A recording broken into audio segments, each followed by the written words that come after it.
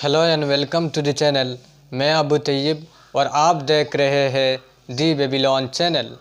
आज मैं आपको बताऊंगा हमारे देश की पड़ोसी कंट्री म्यांमार में 1 फरवरी 2021 में हुई मिलिट्री कूप के बारे में। मिलिट्री कूप यानी जब किसी देश की कमान उस देश के लोगों द्वारा चुने हुए लीडर से छीनकर मिलिट्री उस देश की कंट्रोल अपने पास ले लेते हैं तो उसे मिलिट्री कूप कहा जाता है। साथ ही मैं आपको बताऊंगा म्यांमार की स्टेट काउंसिलर आंग सान सू की के बारे में, जिन्हें 1991 में नोबेल पीस प्राइज़ से नवाजा गया था। आंग सान सू की 1945 में म्यांमार में पैदा हुई थी, जो कि उस वक़्त ब्रिटिश कंट्रोल्ड कॉलोनी था जिसे रंगून के नाम से जाना जाता था। उन्होंने अपनी higher studies university of Delhi और ऑक्सफोर्ड से की थी।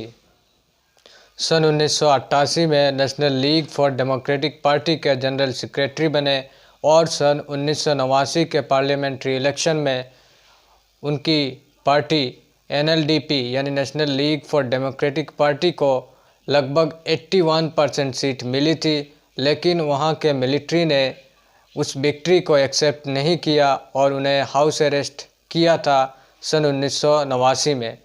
फिर वे बहुत लंबे अरसे तक 1989 से लेकर 2010 तक हाउस अरेस्ट किए हुए थे। वे फिर दुनिया में सबसे ज़्यादा हाउस अरेस्ट रहने वाली पॉलिटिकल प्रिजनर बनी थी। जब 2010 के पार्लियामेंट्री इलेक्शन हुई तब उस इलेक्शन को मिलिट्री ने यह कहते हुए रिजेक्ट किया था कि इलेक्शन फ्री एंड फेयर नहीं हुई थी। उसके बाद जब 2015 की इलेक्शन हुई थी उसमें भी आंग सान सू की के पार्टी को मेजॉरिटी वोट मिली थी। तकरीबन 86% सीट उनकी पार्टी को मिली थी, लेकिन उनको वहां के प्रेसिडेंट बनने नहीं दिया गया क्योंकि उनके हस्बैंड और उनके बच्चे फॉरेन सिटीजन थे। उसके बाद उन्होंने एक नई पोस्ट को क्रिएट किया जिसे स्टेट काउंसिलर के नाम से जाना जाता है, जो कि एक PM की बराबर का एक पद है।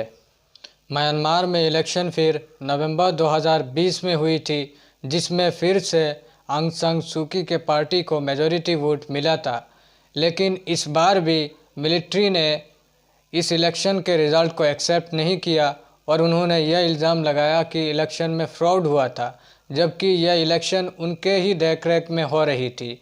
और फरवरी 1, 2020 को आंग सान सू की को दोबारा से हाउस अरेस्ट किया गया और इसकी खबर उन्होंने स्टेट मीडिया के थ्रू दुनिया को बताया था। बहुत से लोगों का मानना है कि इस बार की मिलिट्री कूप पुराने मिलिट्री कूप से अलग है, क्योंकि नई सरकार इंटरनेशनल प्रेशर की वजह से मिलिट्री कमांडर मिन आंग लायन पर रोहिंग्या मुस्लिम की मैसाकर के मामले में कार्रवाई करना चाहती थी। 1 फरवरी 2021 को देश का पहला पार्लियामेंट्री सेशन होना था, उससे पहले ही देश में मिलिट्री कूप हो गया। वर्ल्ड कम्युनिटी इस मिलिट्री कूप को कंडेम कर रहे हैं और साथ ही ये उम्मीद जता रहे हैं कि म्यांमार में जल्द से जल्द डेमोक्रेसी की रेस्टोरेशन होगी। पूरी वीडियो देखने के लिए आपका बहुत बहुत शुक्रिया।